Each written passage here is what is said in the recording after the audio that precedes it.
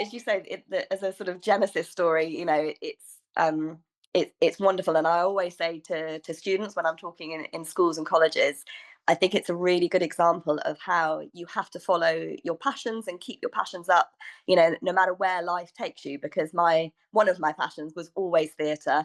I didn't end up becoming a professional actress, but I kept it in my life. And that's how, in the spring of 2014, I just made my directorial debut. So I directed a production of Lorca's Blood Wedding, and I'd loved it. And I was in my early 30s at this point. And, to be in your early 30s and to discover this new thing that you loved, I found really innovating and exciting that at that sort of world weary chapter in your life you can still find new things was really brilliant. And so literally a week after that show had finished, I was on my sofa in London googling great plays for women, because I wanted to find a new play that I could put on, that would allow me to tell women's stories. That I was just looking for a great play that I could have that wonderful directing experience again.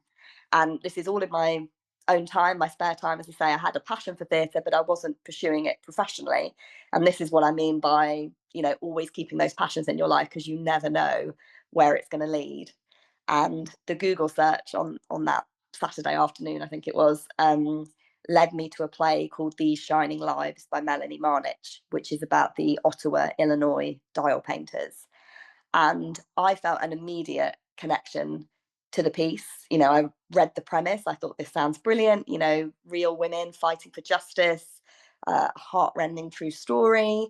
I ordered a copy of the script, and I read just the opening monologue, just the first 2 pages, which is a monologue by Catherine Donoghue. And I turned to my husband and I said, this is the play I'm going to direct next. And life always has twists and turns, doesn't it? I pitched it to my theatre company. They loved it. We applied to America for the rights. And the answer came back that no, we couldn't put it on. The agent said no. But I was so desperate to direct it and already felt this connection to the Radium girls that I was like, I'm not taking no for an answer. And so phoned the agent in America, sent this massive long essay about my vision for the play and how passionate I was about telling this story. And luckily they relented and we got a yes. And the moment we got that yes, I started researching. I knew it was a play based on a true story. I felt a responsibility to do justice to those real people that we were portraying on stage. So I was reading everything that I could find on the women. I was giving presentations to my cast and the actors and actresses I was working with, showing them photos of these people, showing them some of the letters that I've been able to find in the 2 other books that were published on them at that time. And along the way, I was sort of stunned to realize really that there was no book that was actually about them and the women's own personal, intimate journeys and experiences. The 2 books that existed, one was about public health reform, and the other one was a more scientific book looking at radium as a whole. How did the radium industry start, the products and so on. And there was just a sort of chapter or 2 on the Radium girls. And I felt compelled, really, that the women deserved a book that put them centre stage. And I obviously had my publishing background as well. So what happened was, while I was still rehearsing the play, I wrote a book pitch document and I sent it to all the editors I knew in London. One of them came to see the play and sat there, tears streaming down her face. She really got it.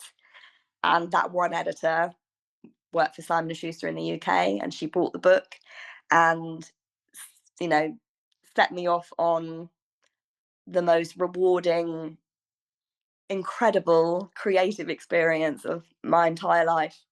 It was just amazing, to travel 4,000 miles across an ocean, following in the footsteps of these women who've become so precious to me, who I'd done so much research on already, and you can imagine when you're directing a play, we've done so much improvisation on what their families were like, the background, the wedding between Catherine and Tom, and then to be able to go and find out those real details, to find articles in, the local newspaper that said what Catherine was wearing on her wedding day, to be able to speak to Catherine's own relatives and hear about, everything that she was like, what was she like as a person, but also what was she like towards the end, and what was it like in that sick room in her house.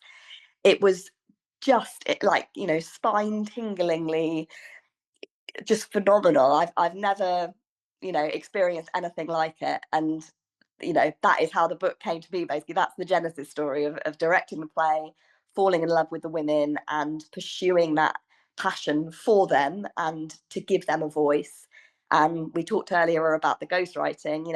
I feel very much that the way I embarked on that project was similar to ghostwriting. With ghostwriting, you're able to sit with a person you are giving a voice to, and you hear directly from them what happened. I obviously couldn't do that with these long dead women, but I could hunt for their own first person records, letters, diaries, court testimonies, and then I can use their own words, just as you would with ghostwriting, to stitch together the narrative and give them a platform to tell their story. And that's what I felt I was doing with the Radium Girls.